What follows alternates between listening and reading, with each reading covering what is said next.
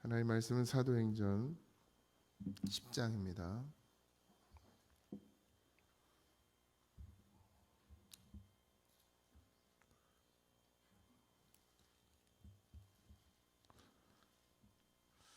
사도행전 10장 9절에서 16절까지입니다.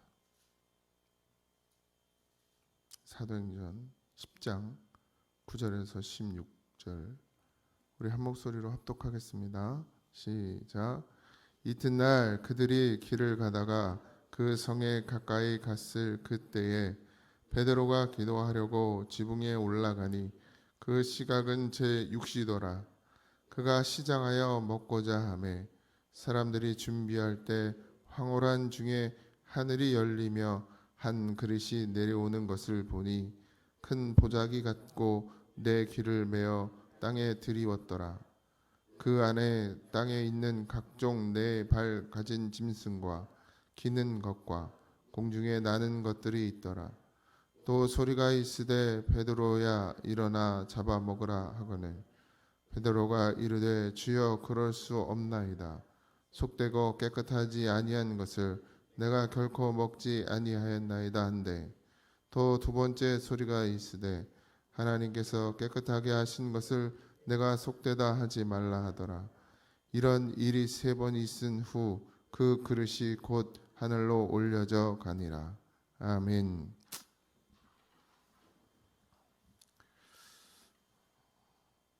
할렐루야.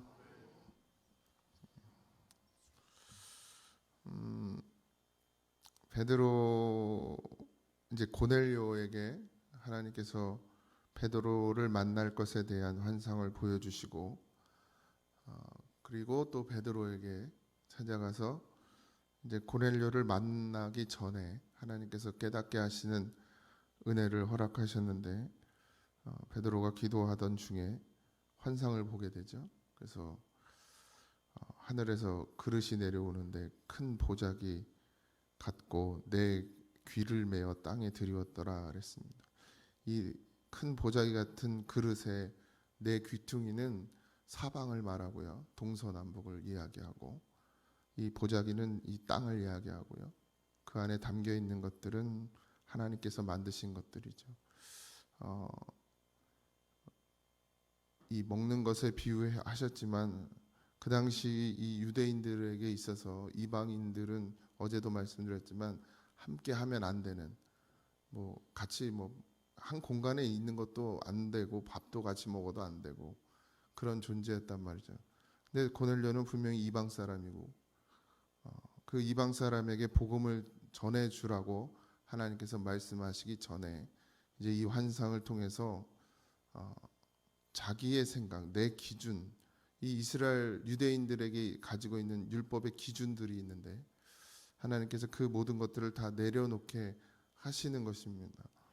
베드로가 그 각 짐승과 기는 것, 공중에 나는 것들을 보고 하나님 또 소리가 있어 베드로가 일어나 잡아 먹어라 했을 때 베드로는 자기의 생각에 그것은 깨끗하지 않고 하나님 율법에 먹지 말라 했기 때문에 이것은 속된 것이라 그래서 내가 결코 먹지 않겠다라고 베드로가 이야기합니다. 그게 믿음인 줄 알아요. 그게 믿음인 줄 알아요. 우리도 늘 그러죠. 내가 생각하는 것이 옳고 내가 신앙생활하면서 그동안 가져왔던 생각들 그것이 옳다라고 생각합니다. 늘 그게 문제죠. 베드로도 그렇게 하나님 앞에 고백하는 거예요. 베드로 말이 틀렸나요? 유대 율법에는 분명히 그런 이야기들이 있습니다. 속된 것을 먹지 못하게 하셨죠. 정해진 것들이 있습니다. 그러나 하나님이 그때 무슨 소리를 하시죠? 두 번째 소리가 있을 때 하나님께서 깨끗하게 하신 것을 내가 속되다 하지 말라. 하나님이 하시는 일에는 아무것도 흠이 없습니다. 율법, 하나님이 주신 율법은 그것들을 지켜서 믿음 구원을 받고자 함이 아니라 죄를 깨닫게 하시려고 그들에게 주신 법이죠. 그것을 통해서 죄인지 죄가 아닌지를 분별하라고 하나님께서 주신 것인데 그것 또한도 누가 정하셨어요? 하나님이 정하셨어요. 하나님이 더럽다 하면 더러운 것이고 하나님이 깨끗하다 하면 깨끗한 것입니다. 근데 우리는 늘 우리의 지식에 갇혀서, 우리가 가지고 있는 그 정신에 갇혀서 하나님의 뜻을 헤아리지를 못하는 거예요. 그 깊으시고 넓으신 뜻을 다 어찌 우리가 헤아릴 수 있나요?